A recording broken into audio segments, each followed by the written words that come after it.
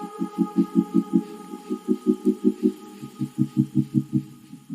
Pia, thanks very much for meeting me today. This is Pia Williams. She works at Checkatrade and Optamor are their MSP partner. We have been partnering with Checkatrade for about 5 years That's it. now. So Pia, do you want to introduce yourself and tell us a bit about your role? I sure can. So Pia Williams, so I am the head of talent acquisition at Checkatrade. As a head of talent acquisition, anything and everything within the world of talent acquisition or recruitment sits within my world. So that includes obviously the day-to-day operational activity, but also the strategy and specifically in relation to kind of what we're going to talk about today, the EVP and employer branding. Excellent. So that's a really big, wide remit, which of course will bring lots of variety, I would imagine, and challenges and successes. Well done, because you're in the second year of being nominated for one of the UK's best workplaces in technology. And we've seen a lot of content online in LinkedIn around what it's like to be an employee of Checkatrade. And clearly you've got a really strong EVP, which is what we're going to talk about today.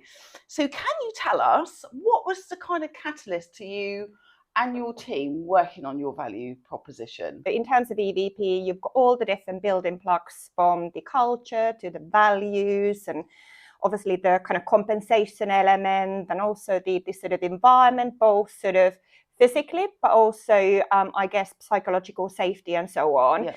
So those are obviously themes that the wider people, team and business have been sort of cultivating and working on over the course of many, many years. I guess from an employer branding perspective and sort of the need to start shouting about that a little bit more, I'd probably say about 4 years ago when the business moved from its original base in Chelsea to the Portsmouth office. Yep. And really kind of we were at the height of starting that digital transformation journey and massively growing as a business, there was a need to start being more sort of, I guess, proactive about sharing all the good stuff.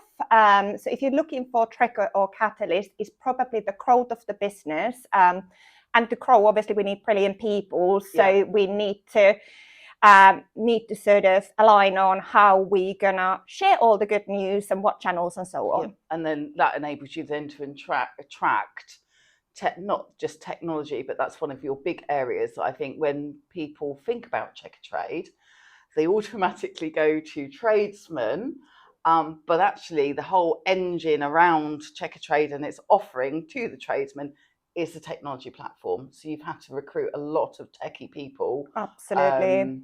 Not just 4 years ago, but continually as you grow. Creating your EVP, now I know you've said it's been sort of like an ongoing journey over the last 4 years. What's that journey been like for you as head of talent acquisition? Obviously, I'm part of the people leadership team in terms of our people team, or HR, as many call it. So all of the different areas, the building blocks that I mentioned, is obviously wider kind of business activity and definitely not something that I would take credit for. It's a kind of a cooperative effort across the business. I think in terms of the employer branding activities, specifically since obviously moving in-house and taking the head of role, we need to think about the different channels where we are. We need to think about the different audiences that we have, because obviously we've got the tech audience and the kind of ongoing requirement to sort of, I suppose, put that at the forefront, because we have been growing the technology function, for example, massively. We've now got over 150 people in our technology, product data, insights, and so on. So we really have to sort of think about what are the channels, what's the message, and I also move with the market. It's been super challenging out there for quite a few years now in terms of recruitment. So you've got to listen to both people in-house, because you need to retain them, but also how are you going to capture the sort of whatever your relevant audience is and what are they looking for. So it's not a daily operational put an advert out there and get the candidates you want. You need to have that long-term, I guess, bigger picture strategic outlook on what are these candidates looking for and what can we offer to them. Just making sure that we bring that sort of what you can be part of to the forefront. So for us, it's around, the journey on from good to great. We know we're still building. We've been on a transformation journey. But ultimately, we're looking for passionate people who want to join us. And this is kind of all the elements that I mentioned in terms of EVP is what we give you in return. You touched on there a really important part around the value proposition, because attracting candidates is just one element of it. It's then being authentic. So when they join your organisation, the journey that they've had through the recruitment, all of the different touch points, saying about why they should join Checkatrade, what's the give and the get, when they actually get in the door, it then starts for real, doesn't it? So that employee then feels part of their journey. Something we've done around the whole sort of employer branding activity is kind of being really clear what the touch points are with the candidate. It starts from the advert, so making sure that ultimately our advertising tells a story, and we've got an absolutely fantastic internal comms manager, Taz Pedal, that has kind of really drummed it in with all of us how important storytelling is. So we'll try and capture them through the adverts, but also the whole process then in terms of managing the candidate expectations and automation as well, that you get through your sort of ATS system, and making sure that candidates get feedback whether they're successful or unsuccessful, making sure that you trained your hiring managers to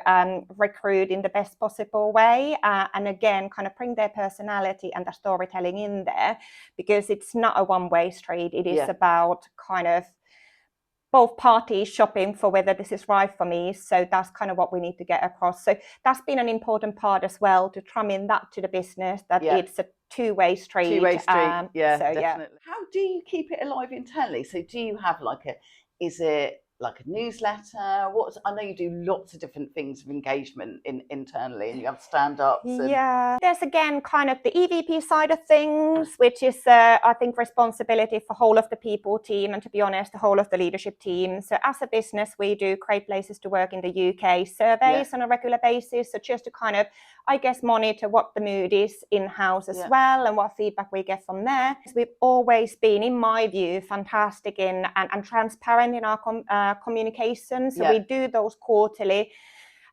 business updates, which also actually encapsulates something that's really important for EVP, which is recognizing success, outstanding awards. We also keep it alive through, on our intranet, we use a system called Fab Reward Gateway. And through that, you can actually weekly or daily send recognition to colleagues or stakeholders that you work with. So again, that feeds into the kind of, communicating and recognizing. Kind of branding side of things, what we do in my team is we do an internal weekly hiring letter, where we ultimately share obviously internal vacancies, or any vacancies where, we would like to have referrals, because that's another thing. Getting kind of the machine around you to work for you, and ultimately generate some leads or contacts. The other thing is we've done quite a bit of blocking activities, so basically engaging our stakeholders across the business, because we've got so many fantastic success stories around career mobility, which is again another building block of EVPs. So getting those stories out there, both internally as well as then sort of repurposing externally through LinkedIn or our career side and things like that. One of the sort of latest things, we actually created TikTok as well. It's just taking off. Cool. Have you done any dances yet? Not so much, but we've got specifically our cross-sales team, because we've got, as much as we've got a tech agenda, we've also got a huge agenda in terms of kind of bringing strong tech talent, sales talent on board. So they've been quite good at sort of engaging with us and doing funny TikTok things to kind of get our brand out there.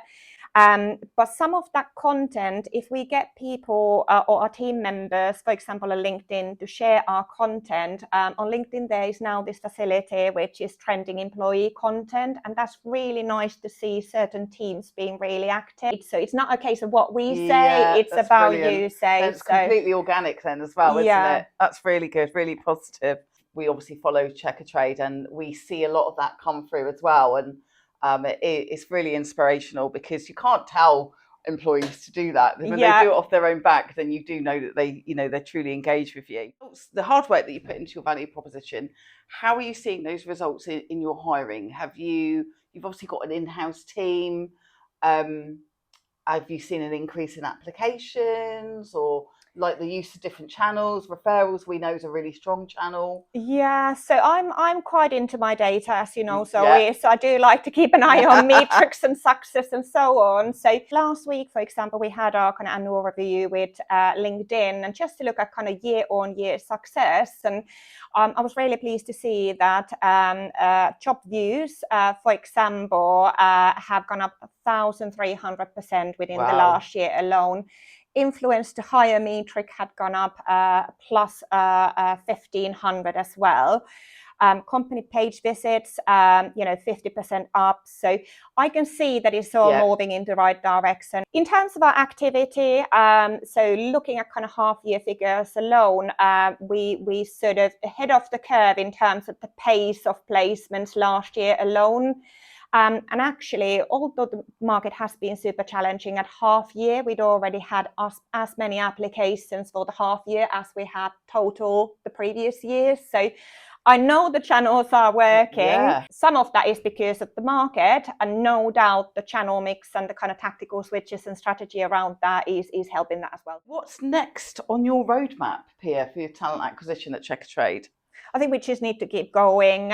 We're looking to quadruple the size of the business at least quadruple the size of the business over the coming 4 years. Yeah. So no doubt myself and the team are going to be very busy. So I think what I just need us to do is obviously keep service in the day-to-day, but keep our kind of eye in the future as well continuously in terms of, the direction of the business and what talent we're going to need and where this talent is. And also then as a wider business, we just need to make sure that ultimately kind of what we offer to people remains relevant and that's never stagnant, as we've seen through the whole COVID period and so on.